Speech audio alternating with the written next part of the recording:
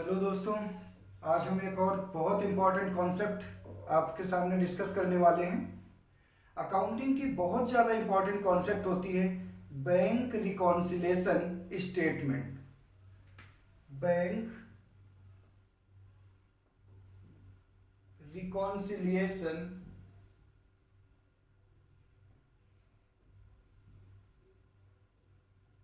Statement, इसे हिंदी में कहते हैं बैंक समाधान विवरण।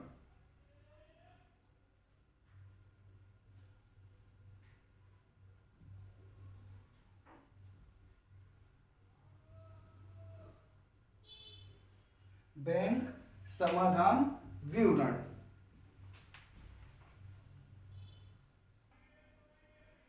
तो दोस्तों, जैसे नाम से पता चल रहा है बैंक समाधान विवरण, समाधान किसका होता है? किसी समस्या का होता है।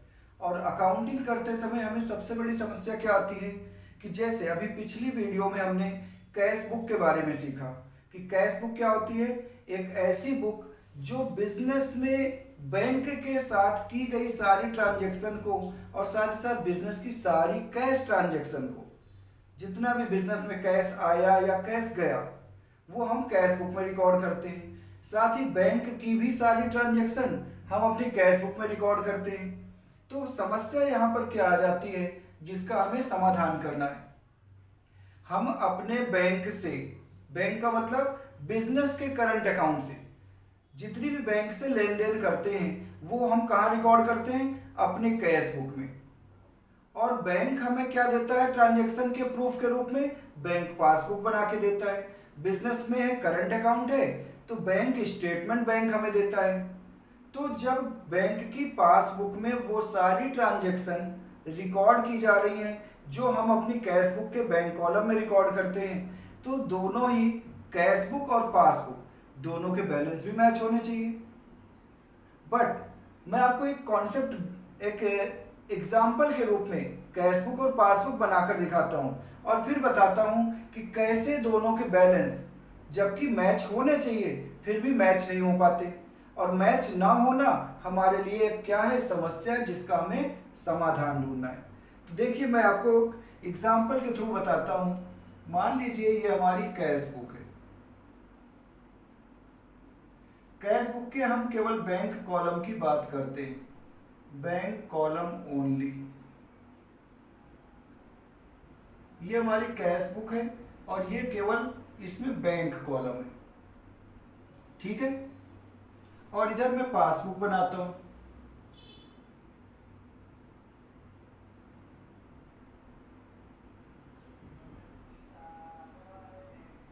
अब दोस्तों, आपको ये समझना है कि कैश बुक और पासबुक कौन बनाता है।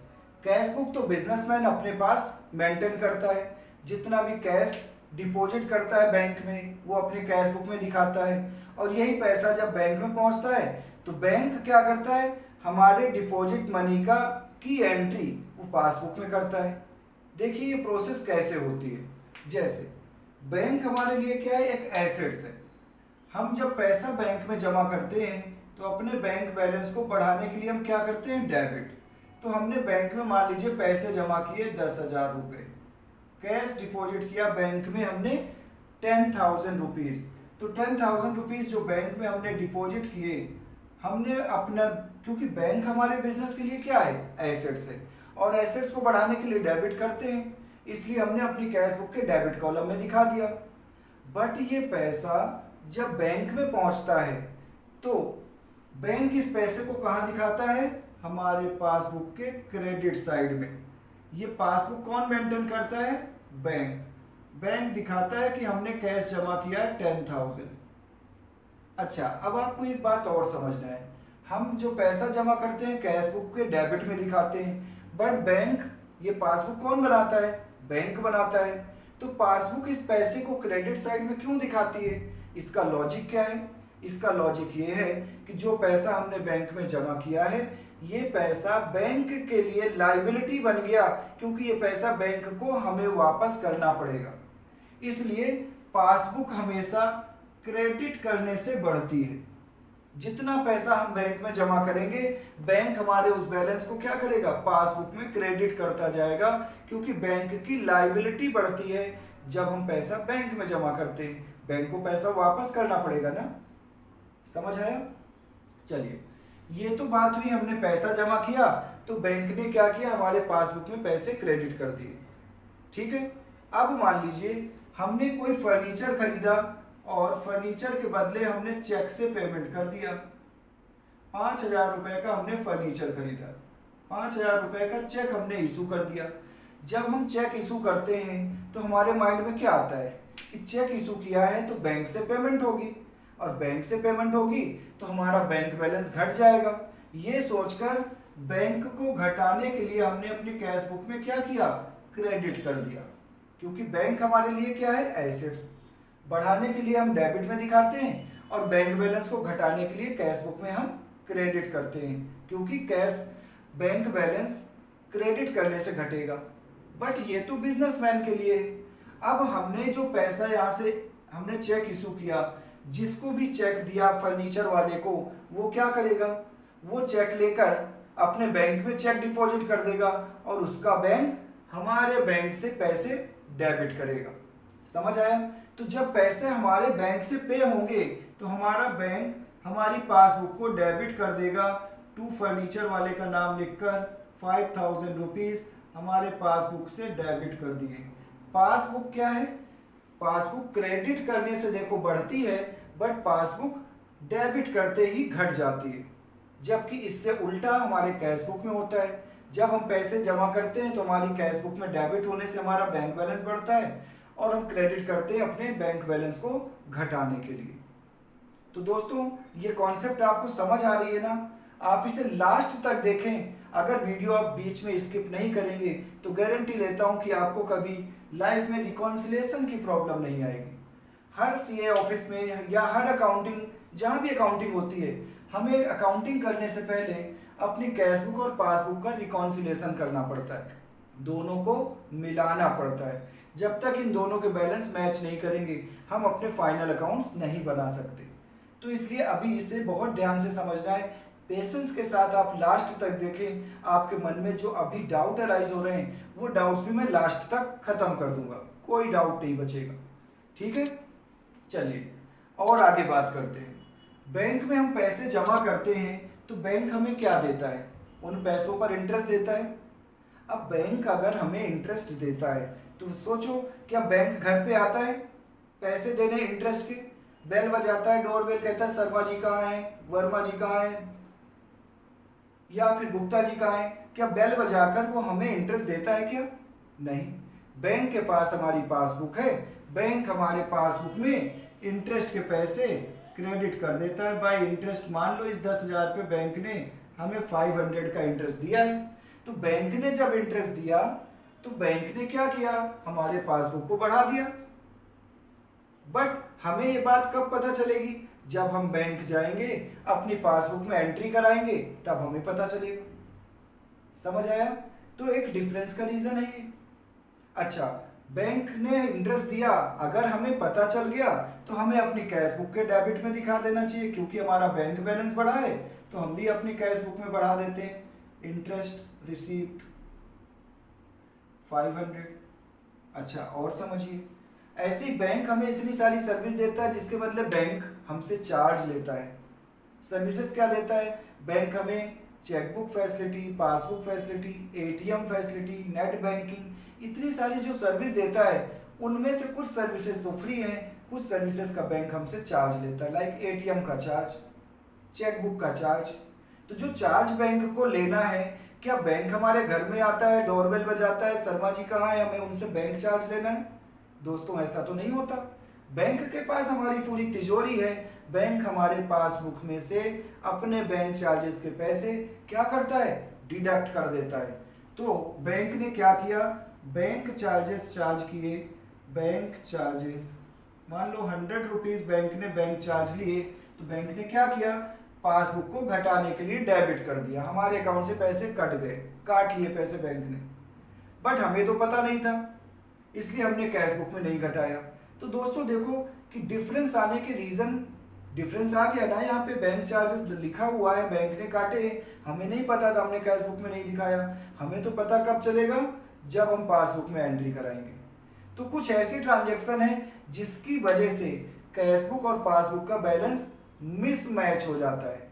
मीन्स बैलेंस इनके मैच होने चाहिए हमेशा, क्योंकि सारी एंट्रियां दोनों जगह रिकॉर्ड करते हैं, बट स्टिल कुछ एंट्रियां ऐसी होती हैं जो हमसे छूट गई, लेफ्ट हो गई, और हमने अपनी कैश बुक में नहीं दिखाया, तो दोनों के बैलेंस क्या हो गए, मिसमैच। अब हम ये रिकॉन्सिलेशन स्टेटमेंट क्यों बनाते हैं, ताकि हम दोनों के बैलेंस को मैच कर पाए।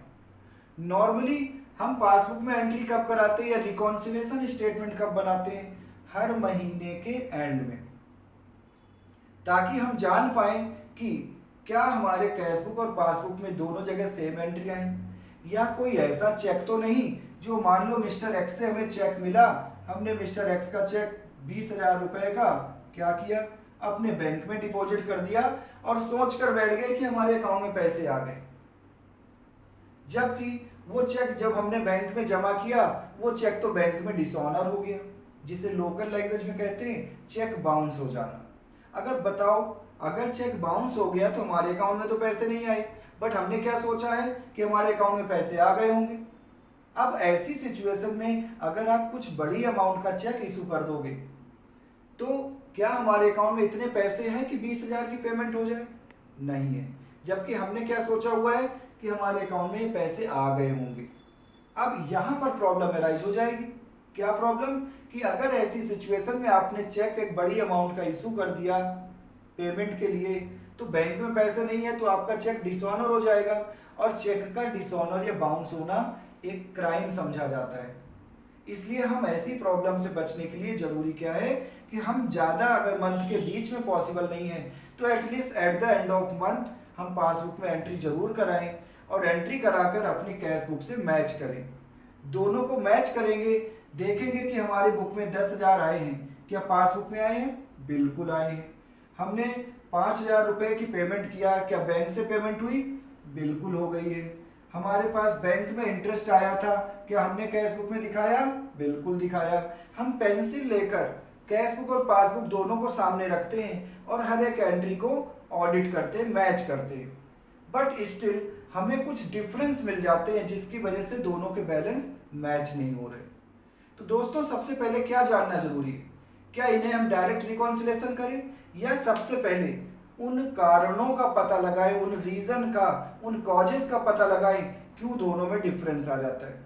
जैसे एक डॉक्टर पेशेंट को देखते ही उसका ट्रीटमेंट नहीं शुरू करता, डॉक्टर को पहले क्या करना चाहिए, सबसे पहले पेशेंट की प्रॉब्लम डायग्नोज करना चाहिए, रियल में पेशेंट को क्या प्रॉब्लम है, उसे पेट दर्द है, सर दर्द है, या जो भी है, उसके लिए वो डॉक्टर क्या करता है, हमारे बहुत सारे टेस्ट कराता है, अल्ट्रासाउंड है, एक्सरे है, एमआरआई है, ईसीजी है। ये सब कराने के पीछे पर्पज क्या होता है, इनके पीछे केवल एक भी पर्पज होता है कि सही बीमारी को डायग्नोज करना, पता लगाना, ताकि उसका सही इलाज हो सके। अगर हमने बीमारी ही नहीं डायग्नोज किया, सही से पता ही नहीं लगाया और एक्शन ले लिया, तो वो क्या हो सकता है, उससे हमें नुकसान पहुंच सकता है। तो सबसे पहले हम ये जान लेते हैं, ये पता लगा लेते हैं कि दोनों में डिफरेंस आने के क्या क्या रीजन हैं। तो इधर मैं बताता हूं कि कैश बुक और पासबुक में डिफरेंस क्यों आ जाता है, क्या क्या उसके रीजन है, यहां पर मैं बताता हूं। Causes means reason of differences, causes of differences between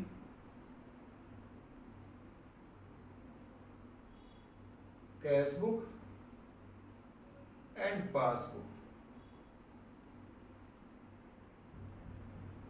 दोस्तों समझ आया मैं क्या बताने जा रहा हूं, मैं ये बताने जा रहा हूं कि कैश बुक और पासबुक में दोनों के बैलेंस में डिफरेंस क्यों आ जाता है। सबसे पहले हम वो रीजन पता कर लेते हैं, वो कारण जान लेते हैं कि क्यों दोनों में डिफरेंस आता है। उसके बाद फिर कैसे हम रिकॉन्सिलेशन करेंगे या इन्हें मिलाएंगे, मैच करेंगे, वो फिर हम आगे डिस्कस करते हैं। बट इस पूरी वीडियो में मैं आपको पूरी कॉन्सेप्ट बता दूंगा, इसलिए दोस्तों वीडियो स्किप मत करना बीच में, अदरवाइज आपकी कॉन्सेप्ट क्लियर नहीं होगी। तो पूरी तरह से समझना है, इस चैप्टर में मास्टर बनना है तो वीडियो लास्ट तक जरूर देखें। मैं पूरी की पूरी कॉन्सेप्ट इस चैप्टर की आज की वीडियो में फिनिश करूंगा। ठीक है दोस्तों, तो सबसे पहले रीजन समझते हैं। First reason,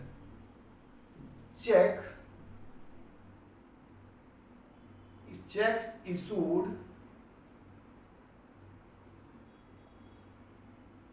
but not yet presented for payment. इसका मतलब क्या हुआ, हमने चेक इशू तो कर दिया, मान लो मिस्टर वाई को हमने चेक इशू किया 8,000 रुपए का, और ये सोचकर कि जिसको हमने चेक दिया है वो जाकर बैंक से पैसे निकाल लेगा, हमने ये सोचकर अपनी कैश बुक में तो घटा दिया। बट मिस्टर वाई तो बैंक गए ही नहीं, यहाँ पर हमारे अकाउंट से कोई पेमेंट हुई नहीं। क्यों पेमेंट नहीं हुई, या वाई क्यों नहीं गए बैंक में? क्या वाई को पैसों की जरूरत नहीं है? ऐसा नहीं है, पैसों की जरूरत सभी को है, बट वाई बैंक अभी इसलिए नहीं गए क्योंकि उन्हें अभी तुरंत जरूरत नहीं होगी। जो भी हम चेक इशू करते हैं, एक चेक की लाइफ कितनी होती है? 3 मंथ्स। अगर चेक आज की डेट में मैंने इशू किया तो आज से पूरे 3 महीने हमारा चेक वैलिड रहेगा। समझ आया? तो 3 महीने में जब भी वाई को जरूरत पड़ती है वाई बैंक चले जाएंगे और चेक डिपॉजिट कर देंगे। फिलहाल अभी हमने चेक, इस महीने की हम बात कर रहे हैं, मान लो हमारा ये मंथ अगस्त चल रहा है, अगस्त में हमने चेक इशू किया, बट अगस्त 31, अगस्त लास्ट तक मिस्टर वाई बैंक ही नहीं गए, तो क्या अगस्त के महीने में हमारे अकाउंट से कोई पैसा डेबिट होगा? नहीं होगा। बट हमने तो अपनी कैश बुक में घटा दिया है, लेस कर दिया है, तो दोनों में डिफरेंस आ गया ना। समझ आया? चलिए दूसरा reason, checks deposited into bank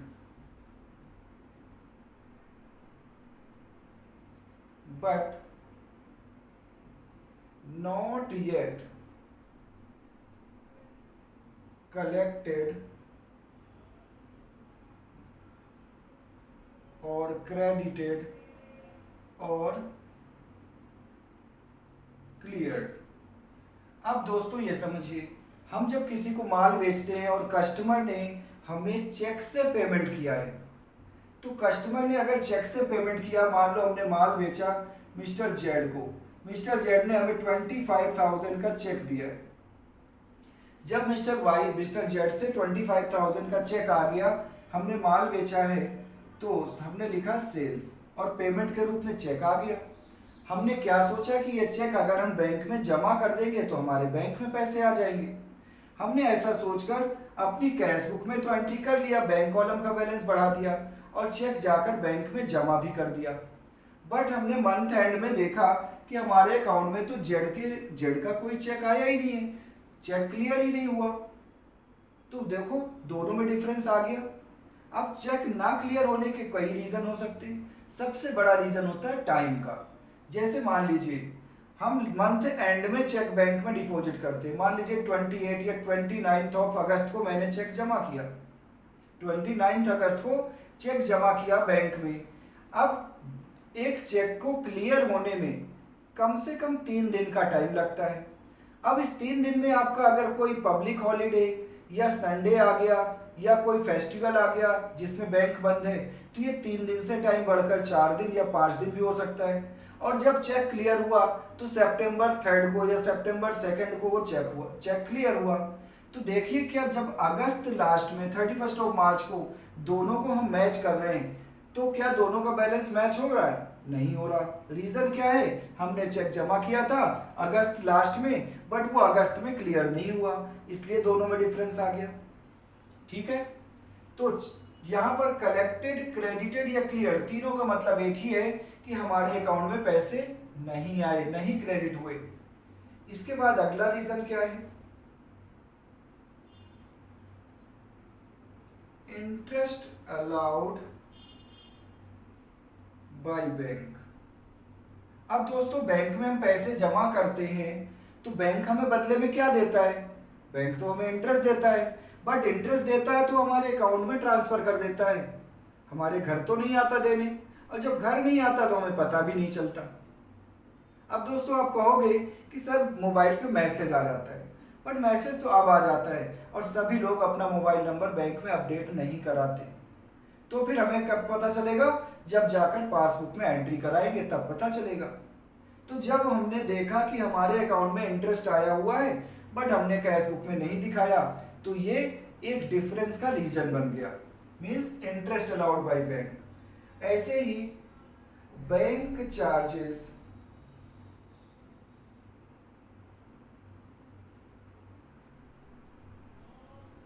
charged by bank. Bank हमें ढेर सारी सर्विसेज देता है, एटीएम, चेकबुक, पासबुक फैसिलिटी। इन सर्विसेज के बदले बैंक हमसे बैंक चार्जेस लेता है। अब बैंक को तो बैंक चार्जेस लेने थे, उसने हमारे पासबुक से पैसे डेबिट कर दिए, घटा दिए, बट हमें पता ही नहीं था, इसलिए हमने अपनी कैश बुक में नहीं घटाया, तो आ गया डिफरेंस दोनों में। तो हम जब रिकॉन्सिलेशन करेंगे या पासबुक में एंट्री कराएंगे तभी तो हमें पता चलेगा। ठीक है दोस्तों, आगे समझते हैं। अगला रीजन है directly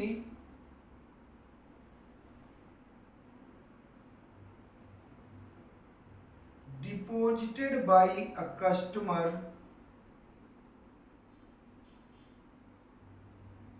directly deposited by a customer into the bank।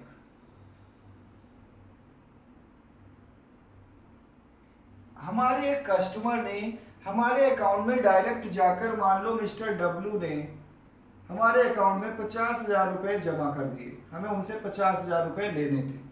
अब बैंक में जाकर मिस्टर डब्लू ने हमारे अकाउंट में 50,000 रुपीज डिपॉजिट कर दिए, तो ये तो पैसे बैंक में आ गए, बट इसकी खबर मिस्टर डब्लू ने हमें नहीं दी है, सोचकर कि जब मिलेंगे तब बता देंगे, बट अभी इस बीच में वो मिले भी नहीं और उन्होंने बताया भी नहीं। तो बैंक में तो पैसा आ गया बट हमें पता नहीं था, इसलिए कैश बुक में हमने नहीं दिखाया, तो दोनों में डिफरेंस आ गया। उसका रीजन क्या है कि कस्टमर ने डायरेक्टली हमारे बैंक में डिपॉजिट किया है। ठीक है, इसके बाद और क्या रीजन हो सकता है? Insurance and other expenses directly paid by bank.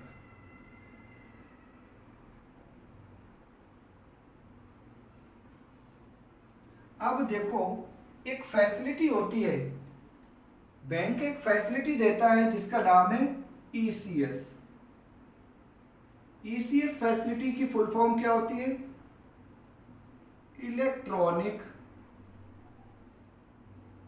Electronic clearing system.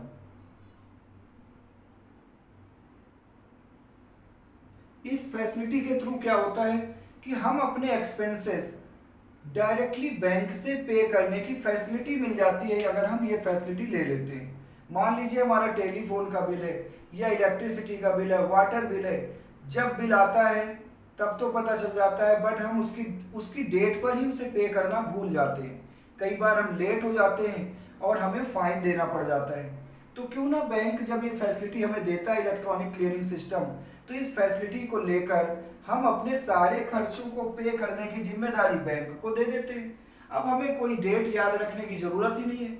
Electricity का जब बिल आएगा बैंक डायरेक्टली हमारे अकाउंट से पे कर देगा, हमारा वाटर बिल आएगा बैंक डायरेक्टली अकाउंट से पे कर देगा, या इंश्योरेंस प्रीमियम हमें देना था, हम उसकी डेट भूल गए, बट अगर हमने ये ईसीएस फैसिलिटी अपने इंश्योरेंस के लिए लिया है तो बैंक से डायरेक्ट हमारे इंश्योरेंस की प्रीमियम की पेमेंट हो जाएगी। तो इससे क्या होगा, हम किसी भी ट्रांजैक्शन या किसी एक्सपेंस को पे करने में लेट नहीं होंगे और उस लेट होने से होने वाली पेनल्टी, लगने वाली पेनल्टी और होने वाली प्रॉब्लम से भी बच जाएंगे। तो अगर हमने ये फैसिलिटी लिया है और बैंक ने हमारे अकाउंट से पे कर दिया तो बैंक ने तो हमारे अकाउंट में डेबिट कर दिया होगा।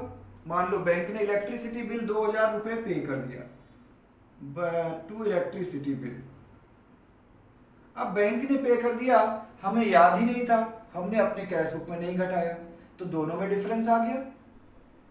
ठीक है, तो ये डिफरेंस का एक और रीजन है। इसके अलावा चेक डिपॉजिटेड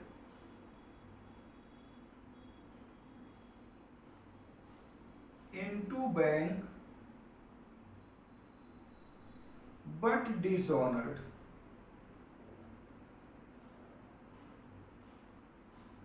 अब इसका मतलब क्या हुआ कि हमने चेक जमा तो किया बैंक में, हमने अपनी कैश बुक में बढ़ा दिया, ऐड कर दिया, कैश बुक का बैलेंस प्लस कर दिया, बट ये चेक बैंक जाकर डिसऑनर हो गया, जिसके पैसे हमारे अकाउंट में नहीं आए, जबकि हमने तो अपनी कैश बुक में कैश बुक का बैलेंस बढ़ा रखा है, जबकि बैंक में जब पैसे नहीं आए तो पासबुक में बैलेंस नहीं बढ़ा।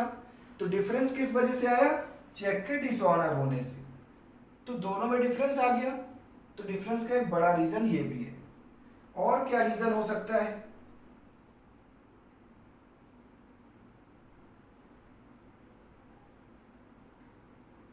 Interest and dividend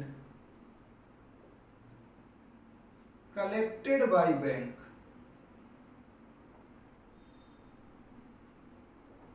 on investment। अगर दोस्तों हमने किसी अदर कंपनी के शेयर, डिबेंचर, बॉन्ड्स खरीदे हैं, किसी दूसरी कंपनी में कोई इन्वेस्टमेंट हमने किया है, तो उस कंपनी से मिलने वाला इंटरेस्ट या डिविडेंड, ये इंटरेस्ट या डिविडेंड हमारे घर पे नहीं आता, ये कहाँ आता है? हमारे बैंक अकाउंट में। अब बैंक में मान लो ये इंटरेस्ट या डिविडेंड आ गया तो बैंक बैलेंस तो बढ़ गया, बट हमें नहीं पता था, हमने क्योंकि पासबुक में एंट्री नहीं कराया था, इस वजह से हमने अपने कैश बुक में भी नहीं दिखाया, तो दोनों में डिफरेंस आ गया। तो दोस्तों ये हमारे कुछ मेन 8 रीजन है। रीजन और भी हो सकते हैं, छोटी मोटी एरर या गलतियां हो सकती है, या तो हमारे द्वारा या बैंक के द्वारा, जिसकी वजह से कैश बुक और पासबुक के बैलेंस मैच नहीं कर रहे। तो सबसे पहले हमने ये रीजन अच्छे से समझ लिए हैं। अब हम सीखेंगे, मैं आपको इसकी 4 सिचुएशन बताऊंगा, इन 4 सिचुएशन में हम इस रिकॉन्सिलेशन को कैसे बनाते हैं। ठीक है, तो सबसे पहले आप इसे नोट कर लें, और अगर अभी तक आपने चैनल सब्सक्राइब नहीं किया तो आप हमारे चैनल कॉमर्स एकेडमी को सबसे पहले सब्सक्राइब कर लें। रेड बटन है सब्सक्राइब करने की, आप उसे क्लिक करें, और उसी के साथ एक बेल आइकन है, उसे भी जरूर प्रेस करें, ताकि आपको हमारी हर आने वाली वीडियो की नोटिफिकेशन टाइम पे मिल जाए। और देखो दोस्तों, आपको चैनल सब्सक्राइब करने का कोई पैसा नहीं लगता, बट अगर आप सब्सक्राइब करते हो तो हमें एक मोटिवेशन मिलता है। और अगर मेरी वीडियोस आपको अच्छी लगती हैं और अभी तक आपने वीडियो लाइक नहीं किया, तो सबसे पहले वीडियो को लाइक करें, वो हमारे लिए मोटिवेशन है, और हमारी आपसे ये फीस है कि आप अगर लाइक करते हैं तो हमें एक एनर्जी मिलती है और अच्छी वीडियो और मेहनत के साथ काम करने का। ठीक है, और अपने दोस्तों में भी शेयर करें और इसे नोट करें।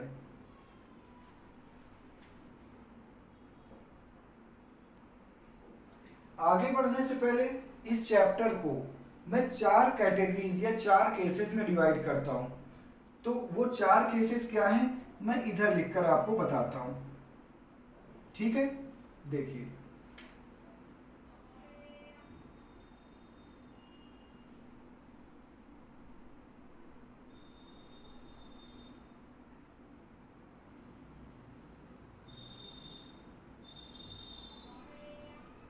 देखिए हमें कैश बुक या पासबुक, कैश बुक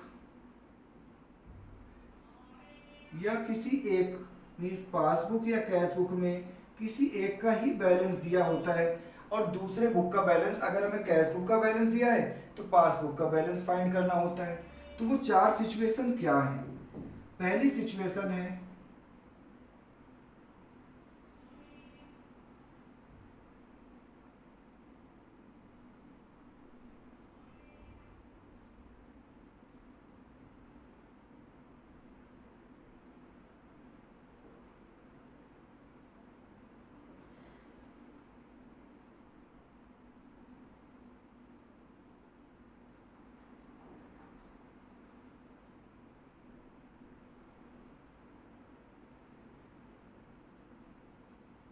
देखिए वो सिचुएशन क्या है, या तो आपको कैश बुक का फेवरेबल बैलेंस दिया है।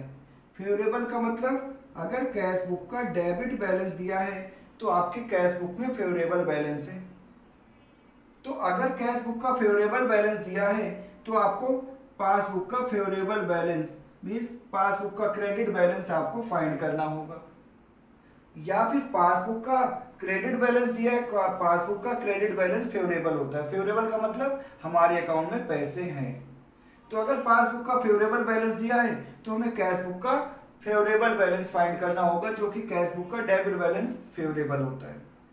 ऐसे ही अगर कैश बुक का आपको क्रेडिट बैलेंस दिया है, क्रेडिट का मतलब होता है अनफेवरेबल या नेगेटिव, या आप कह सकते हो ओवरड्राफ्ट बैलेंस।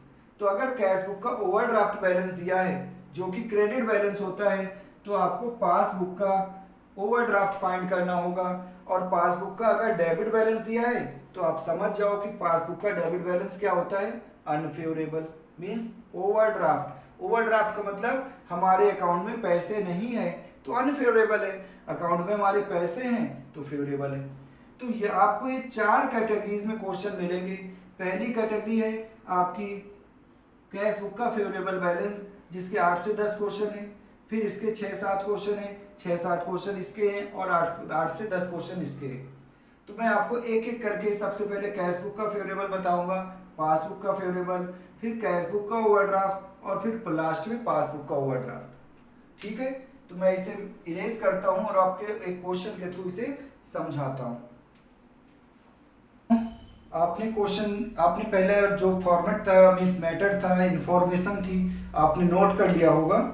अब मैं आपको एक क्वेश्चन के थ्रू बैंक रिकॉन्सिलेशन स्टेटमेंट कैसे बनाया जाता है ये डिटेल में समझाता हूं।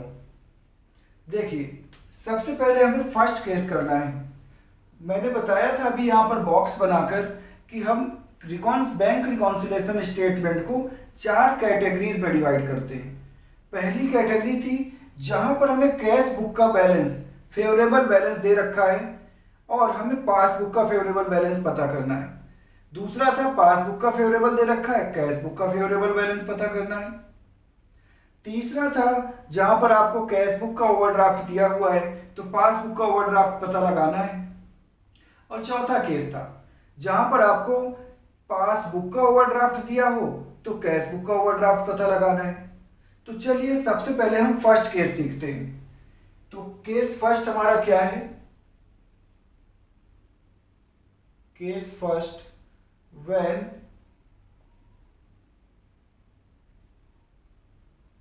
Favourable balance as per cash book is given. तो ये हमारा फर्स्ट केस है और ये फर्स्ट केस से ही रिलेटेड मैंने क्वेश्चन यहां लिखा है जिसमें मोस्ट ऑफ द केसेस मैंने कवर करने की कोशिश किया है। ठीक है बच्चों, तो कैसे हमें बनाना है इसका एक बार फॉर्मेट आप समझ लीजिए। हमें बैंक रिकॉन्सिलेशन स्टेटमेंट लिखना है।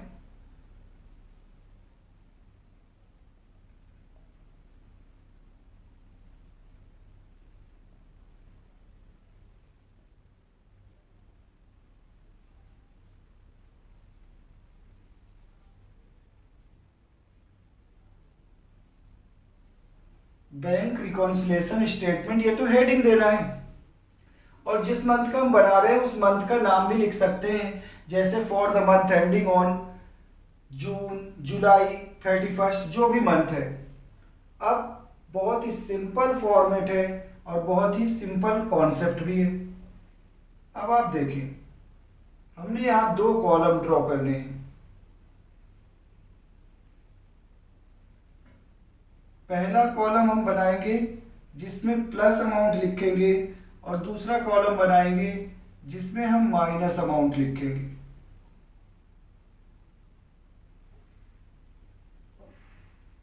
इस तरीके से ये 2 कॉलम हमने बना लिए।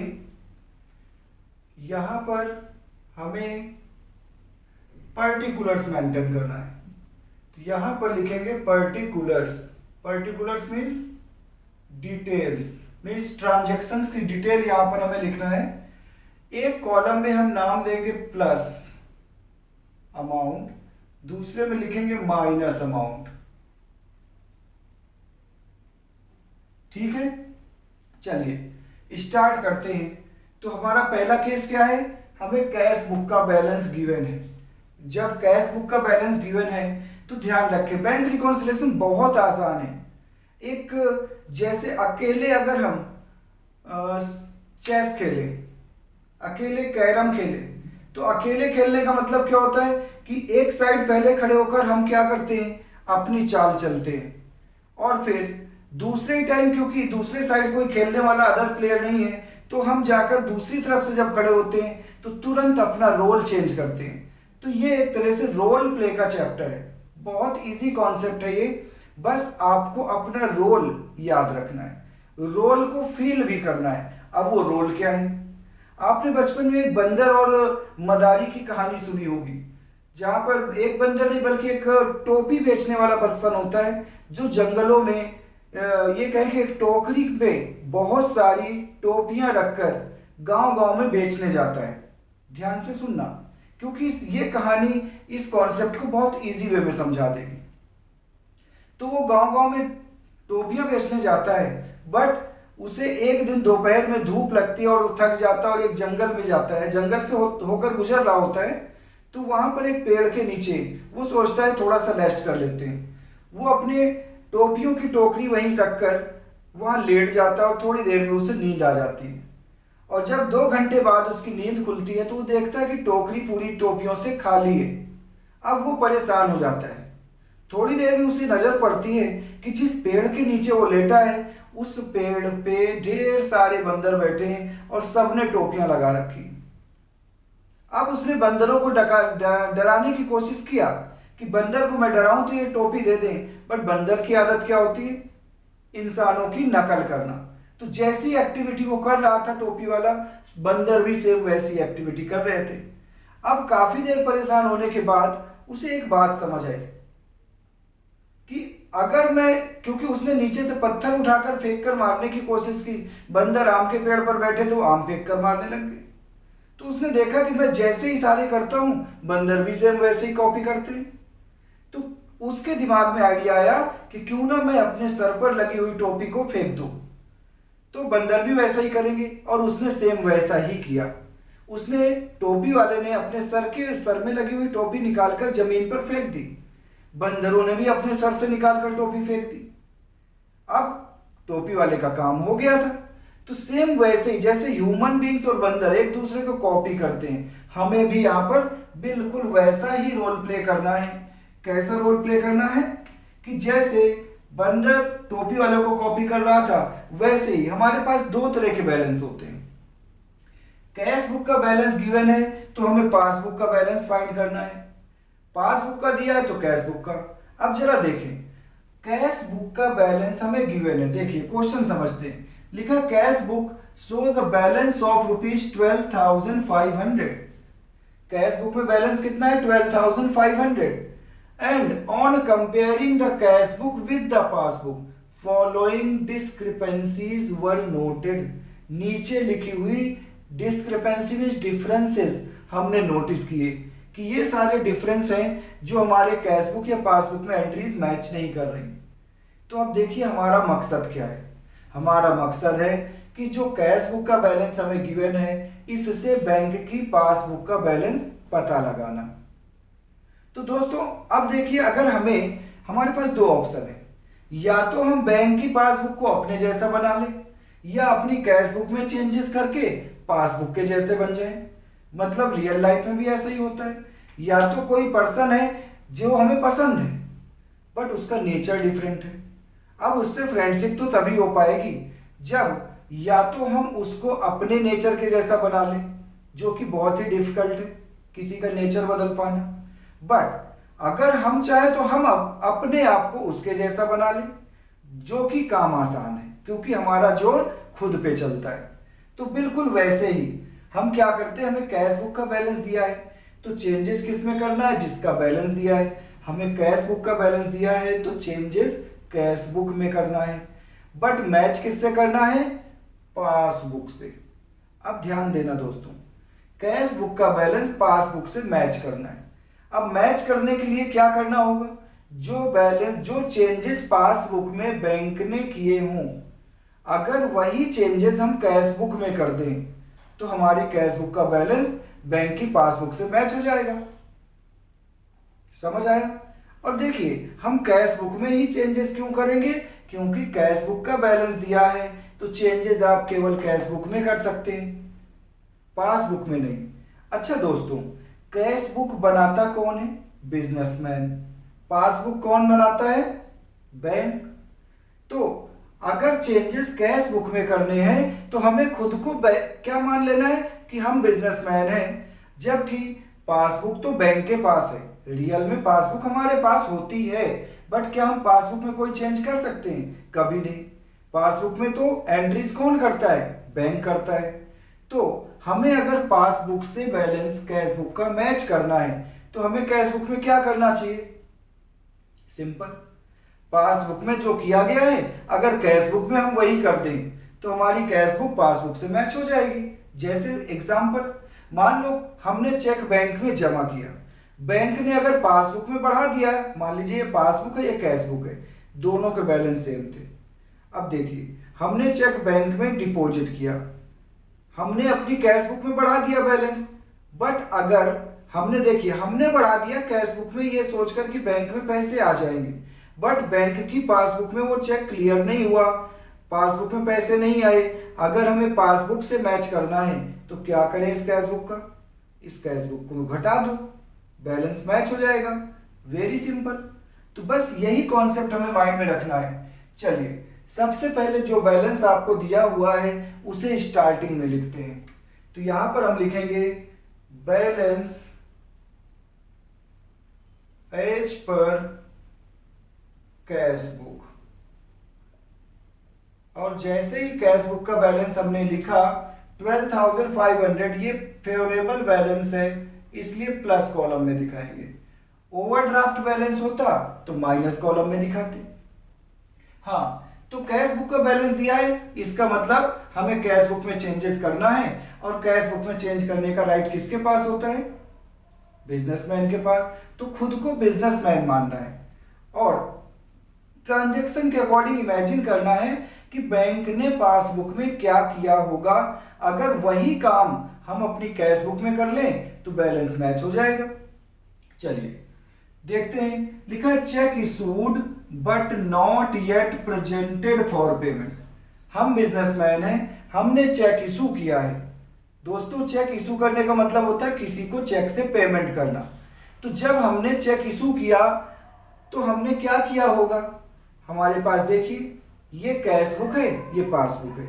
हमने जब चेक इशू किया तो ये सोचकर कि हमने पेमेंट किया है, बैंक से भी पेमेंट हो जाएगी, हमने अपनी कैश बुक में बैलेंस घटा दिया।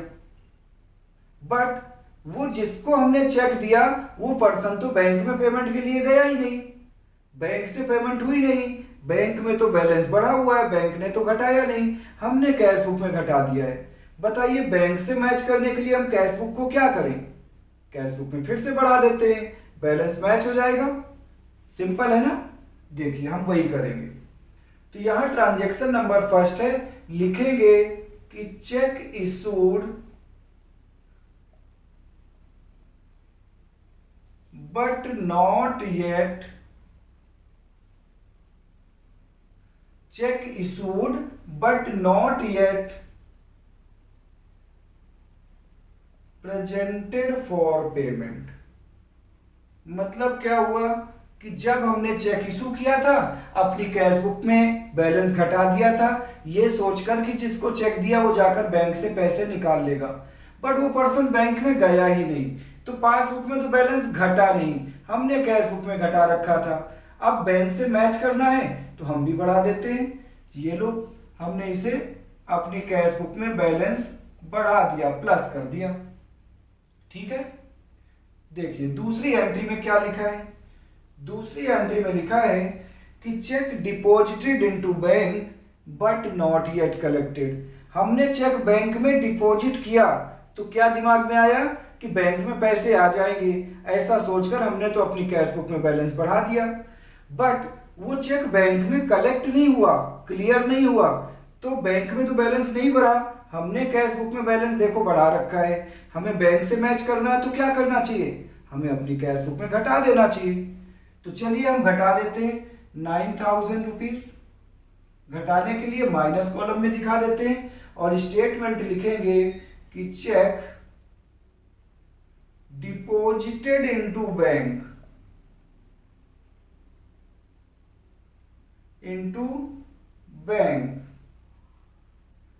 But not yet collected. मतलब कि हमने तो अपनी कैश बुक में बढ़ा दिया था ये सोचकर कि बैंक में पैसे आ जाएंगे, बट पासबुक में चेक तो क्लियर नहीं हुआ, कलेक्ट नहीं हुआ, तो हमें अपनी कैश बुक में घटाना चाहिए, घटाना पड़ गया। अब अगला देखें, bank paid insurance premium. Bank ने हमारा इंश्योरेंस प्रीमियम पे कर दिया, ये पासबुक है तो बैंक ने तो पासबुक से पैसे काट लिए, डिडक्ट कर दिए। हमें नहीं पता था, हमने कैश बुक में नहीं घटाया, बट अब पता चल गया, अब आप भी कैश बुक में घटा दो। चलो हम कैश बुक में घटा देते हैं 5,000 रुपये। ये हमने घटा दिया, माइनस कर दिया और लिखेंगे insurance premium paid by bank. Bank ने पासबुक में घटा दिया था, हमने भी अपनी कैश बुक में घटा दिया बैंक से मैच करने के लिए। इंश्योरेंस प्रीमियम आप, तो insurance premium paid by bank, bank ने इंश्योरेंस प्रीमियम पे किया था, बैंक ने घटा दिया था, हम भी अपनी कैश बुक में घटा देते हैं। इसके बाद नेक्स्ट एंट्री है फोर्थ, बैंक चार्जेस 300। बैंक ने अब बहुत सारी सर्विसेज हमें दिया है, chequebook facility, ATM facility, passbook, net banking. इन सर्विसेज के बदले बैंक हमसे छोटा सा एक चार्ज लेता है। तो बैंक चार्ज लेने के लिए हमारे घर तो आता नहीं है। कहाँ है गुप्ता जी, शर्मा जी, हमें क्या लेना अपना बैंक चार्जेस। बैंक क्या करता है, हमारे पासबुक से पैसे डिडक्ट कर लेता है। तो बैंक ने तो पासबुक में पैसे काट लिए, हमें नहीं पता था, हमने अपने कैश बुक में नहीं घटाया था, अब पता चल गया, हम भी घटा देते हैं। तो लिखेंगे यहाँ पर bank charges charged by bank.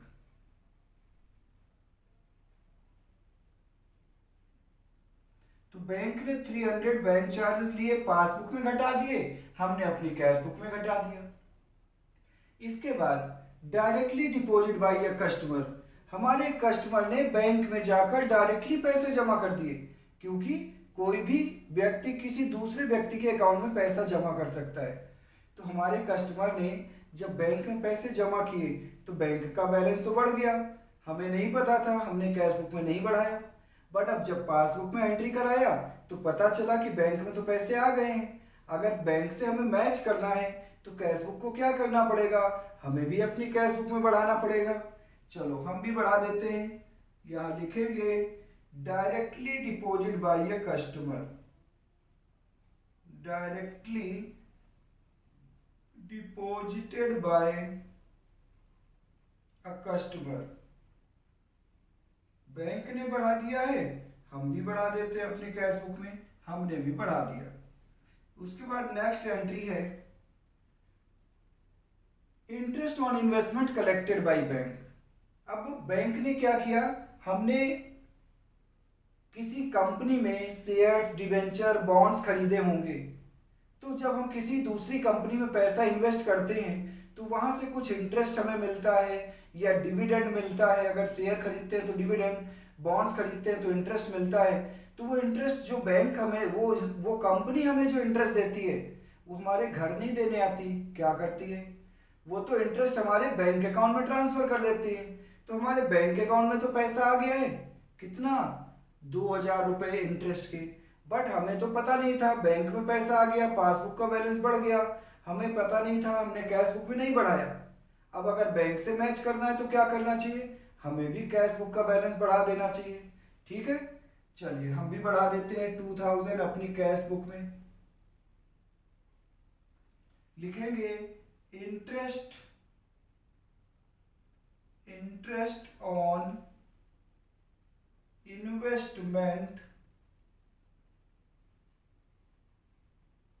Collected by bank.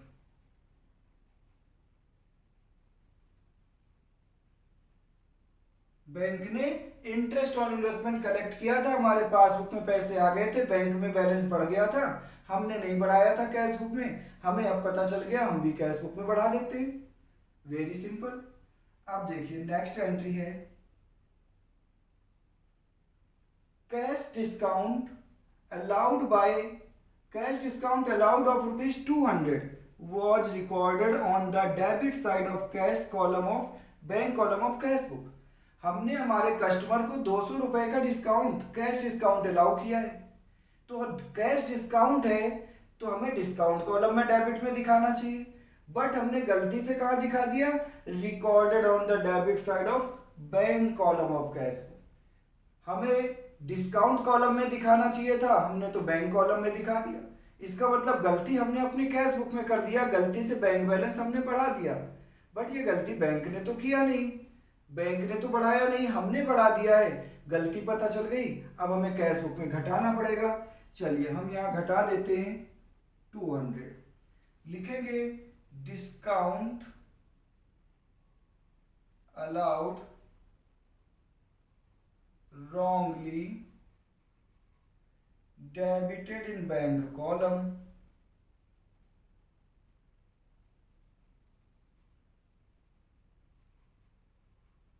ठीक है, हमारा क्वेश्चन तो हो गया कंप्लीट, बट अभी तक हमें बैंक का बैलेंस नहीं पता चला, तो हमें क्या करना है, अब टोटल करना है, और टोटल किसका पहले करना है, जिधर ज्यादा हो।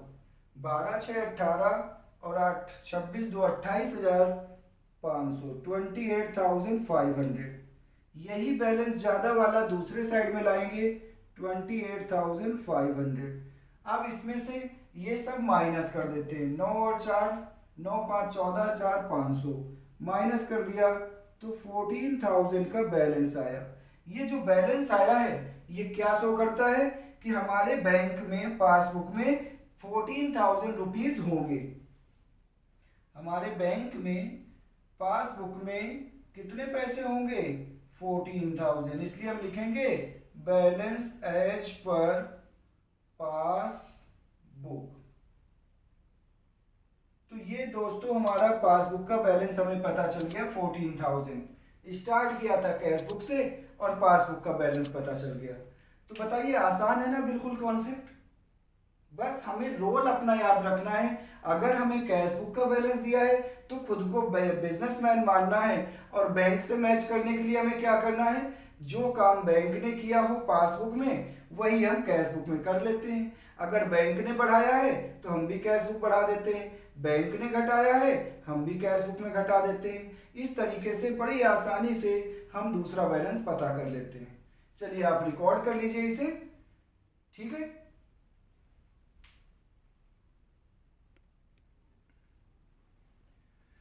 तो बच्चों आपने इसे नोट कर लिया होगा।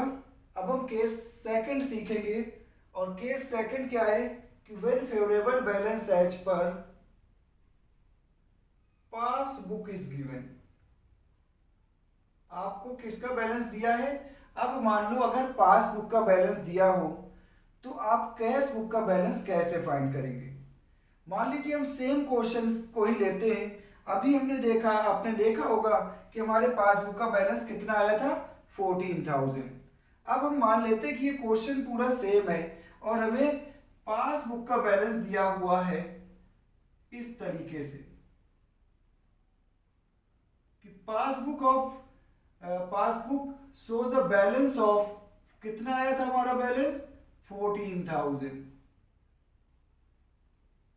तो 14,000 हमारे पासबुक का मान लीजिए बैलेंस गिवन है और पूरा क्वेश्चन सेम है, बट हमारा कैश बुक बैलेंस कितना था यहाँ पे, 12,500।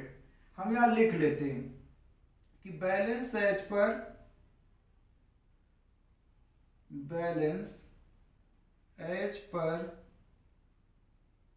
कैश बुक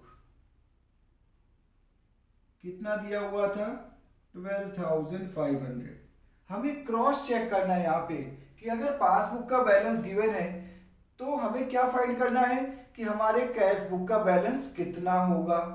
हमें जो भी अब चेंजेस करना है, देखिए पासबुक में बैलेंस इतना है और ये सारी एंट्रियां होने की वजह से पासबुक का बैलेंस बिजनेसमैन की कैश बुक से मैच नहीं हो रहा। तो अब हमें चेंजेस किस में करना है, जिसका बैलेंस आपको दिया है उसमें चेंजेस करना है। पासबुक का बैलेंस दिया है तो चेंजेस हमें किस में करना है, पासबुक में। पर बच्चों आपको पता है कि पासबुक में चेंजेस करने का राइट किसके पास होता है। आप आंसर देंगे सर बैंक के पास, बिल्कुल सही। तो बैंक ही केवल पासबुक में चेंज कर सकता है।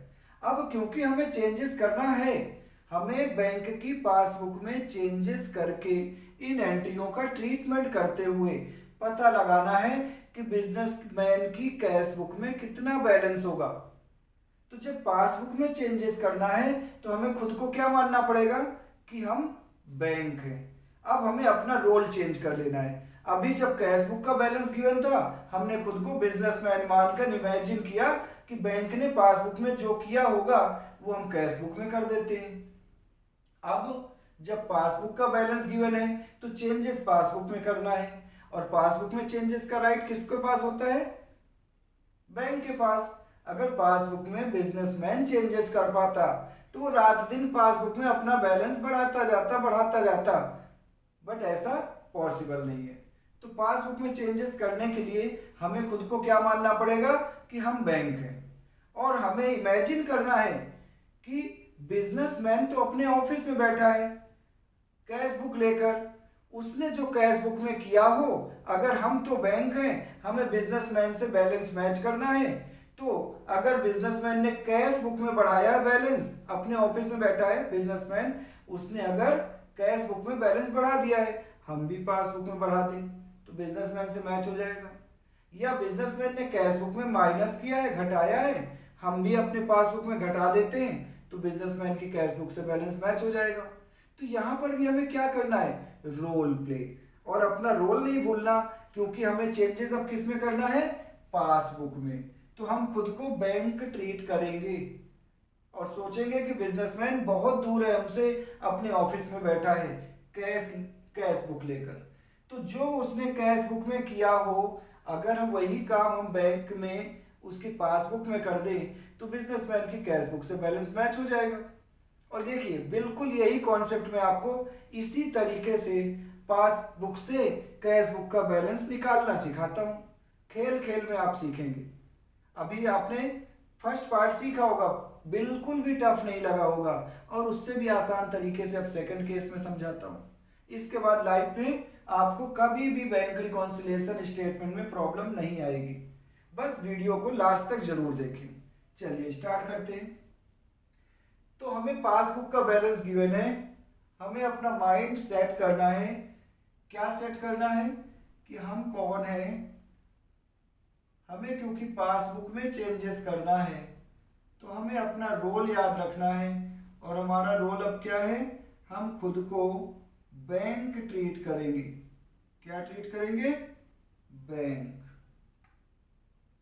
और हमारी कोशिश क्या होगी कि हमें पासबुक में चेंजेस करके बिजनेसमैन के कैश बुक से बैलेंस मैच करना है। ठीक है, तो जो कॉलम जैसे अभी हमने 2 कॉलम बनाए थे, वैसे ही 2 कॉलम अब भी हम ड्रॉ कर लेते हैं। एक कॉलम हमारा होगा प्लस का कॉलम और दूसरा होगा हमारा माइनस कॉलम। ठीक है, तो एक कॉलम हो गया और ये रहा हमारा दूसरा कॉलम।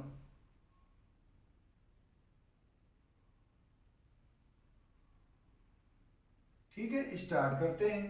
तो हमें कौन सा बैलेंस दिया हुआ है, हमें पासबुक का फेवरेबल बैलेंस दिया है।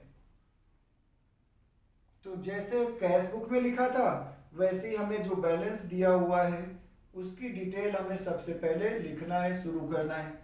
हमें पासबुक का बैलेंस दिया हुआ है कि passbook shows a balance of 14,000 on comparing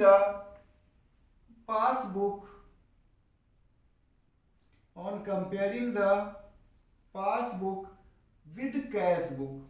जब हमने पासबुक को कैश बुक से कंपेयर किया, जब हमने पासबुक को कैश बुक से कंपेयर किया तो नीचे लिखे हुए डिफरेंसेस मिले। चलिए स्टार्ट करते हैं। हमारे पास पासबुक का बैलेंस है तो हम लिखेंगे बैलेंस एज पर पासबुक, और क्योंकि फेवरेबल बैलेंस है तो हमें कहाँ दिखाना है, प्लस कॉलम में। ओवरड्राफ्ट बैलेंस होता तो माइनस कॉलम में दिखाते। इसके बाद अब एक एक करके हम ट्रांजैक्शन करेंगे। तो अब देखें जरा, सबसे पहले ट्रांजैक्शन में लिखा है कि check issued but not yet presented for payment. Businessman ने, ध्यान देना, ये बिजनेसमैन है और ये हम बैंक है। बिजनेसमैन हमसे दूर है। बिजनेसमैन कहाँ है, अपने ऑफिस में बैठा है। अब उस बिजनेसमैन ने एक चेक इशू किया, तो बिजनेसमैन ने क्या किया होगा, चेक इशू करने का मतलब होता है पेमेंट करना। तो बिजनेसमैन ने चेक से पेमेंट किया है तो बिजनेसमैन ने तो अपनी कैश बुक का बैंक कॉलम घटा दिया होगा, ये सोचकर कि जिसको मैं चेक दे रहा हूं वो जाकर बैंक से पैसे निकाल लेगा। अब हम बैंक हैं, हमारे पास तो वो पर्सन आया ही नहीं जिसको बिजनेसमैन ने चेक दिया था। अब जरा देखें, कैश बुक का बैलेंस घटा हुआ है, बिजनेसमैन ने घटा दिया है। हमारे पास, हम तो बैंक हैं, हमारे पास चेक आया नहीं तो हमने पासबुक में घटाया नहीं। बट हमें क्या करना है, अभी फिलहाल हमें बिजनेसमैन की कैश बुक से इससे पासबुक का बैलेंस मैच करना है। हम बैंक हैं, हमें बिजनेसमैन की कैश बुक से पासबुक का बैलेंस मैच करना है। तो हमें क्या करना पड़ेगा, हमें भी पासबुक में घटाना पड़ेगा। अब दोस्तों यहां पर एक क्वेश्चन अराइज होता है। आप कहोगे सर ऐसे कैसे, जब बैंक में चेक गया ही नहीं तो बैंक पासबुक में क्यों घटाएगा। तो दोस्तों एक बात याद रखना है, हम यहाँ पर कोई भी चेंज रियल में ना तो कैश बुक में कर रहे हैं ना ही रियल में पासबुक में चेंजेस कर रहे हैं। ये तो हम एक A4 शीट पर रजिस्टर पे एक स्टेटमेंट तैयार कर रहे हैं।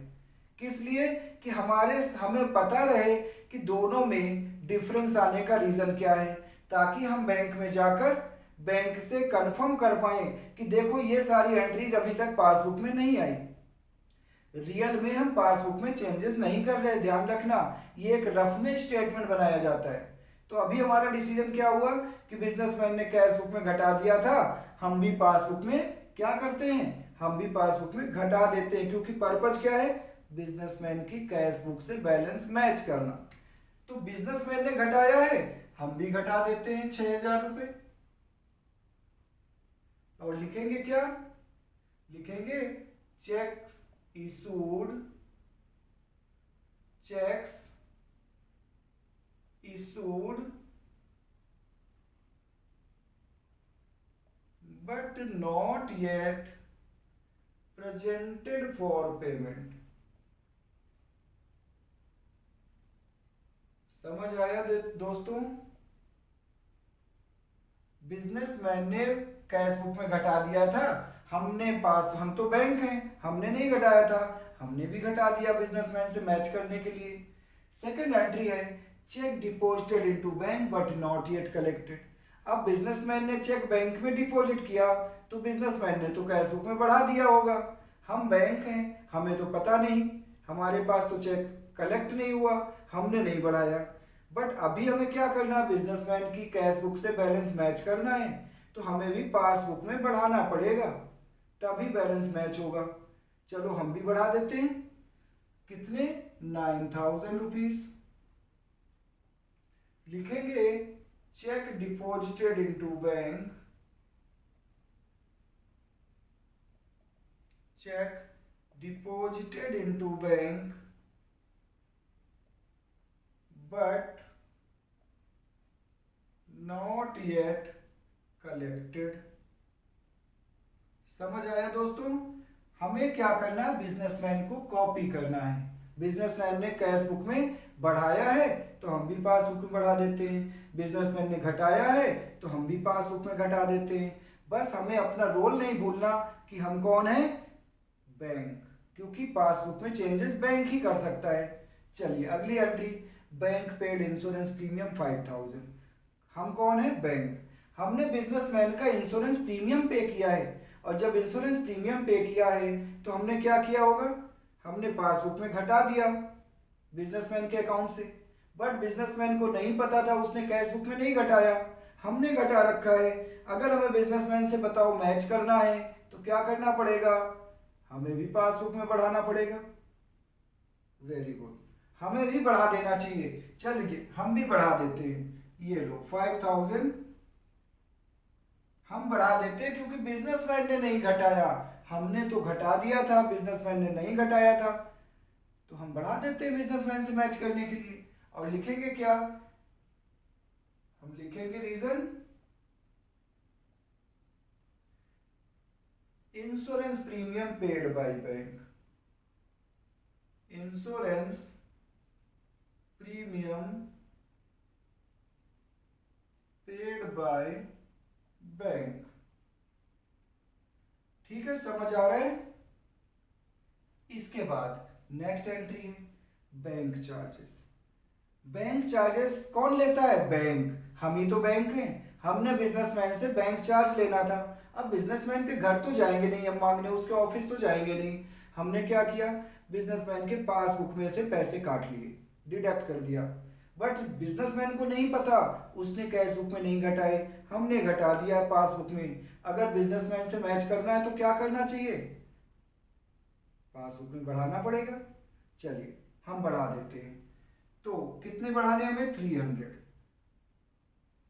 स्टेटमेंट लिखेंगे bank charges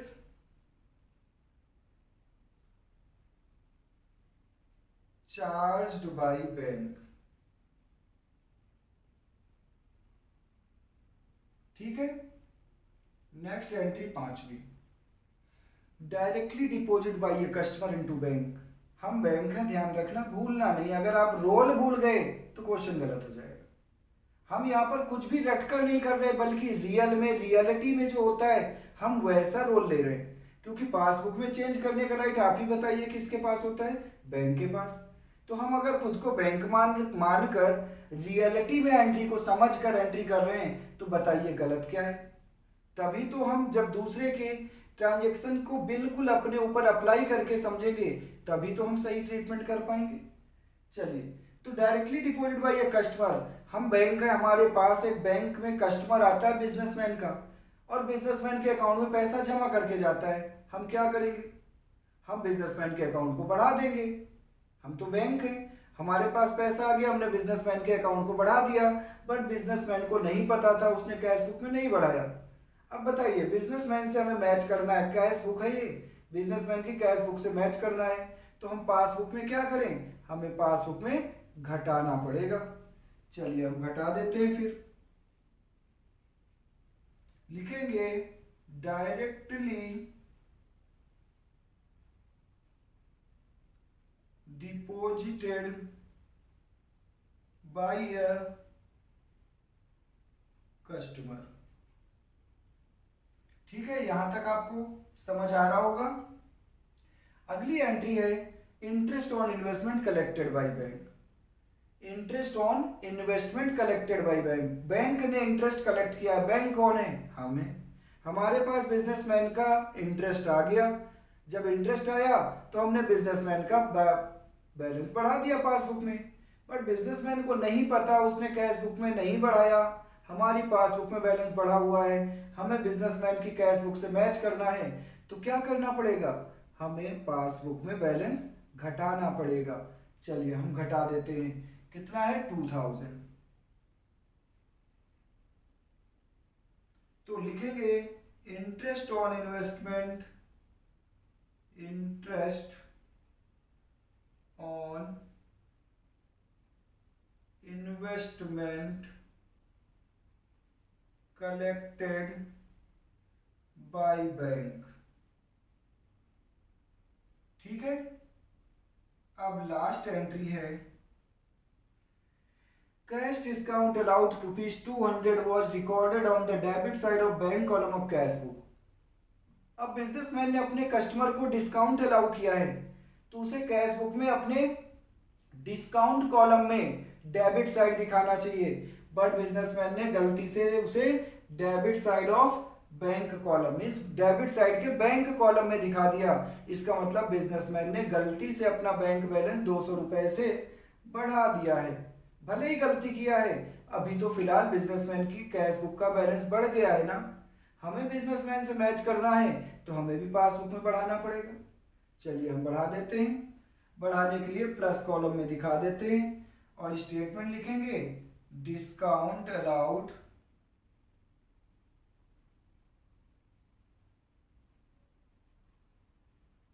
wrongly debited in bank column.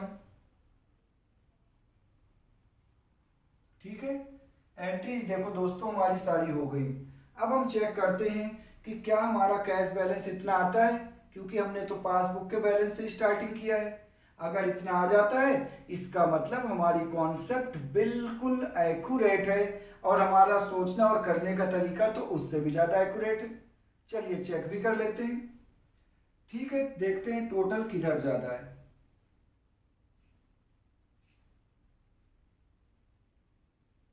Total इधर ही ज़्यादा है, 14, 9, 23, 5, 28,500, 28,500। यही 28,500 इधर लाते हैं। इसमें से ये सब हम घटा देते हैं। 6 और 8 से 14, 14 और 2 16, 16,000 घटा दिया तो कितना आया 12,500, जो कि क्या है कैश बुक का बैलेंस। इसे लिखेंगे balance as per cash book. अब देखते हैं कि हमारा आंसर सही है या गलत। हमारा कैश बुक का बैलेंस कितना आना चाहिए 12,500। और देखो दोस्तों हमारा कैश बुक का बैलेंस आंसर से मैच हो गया।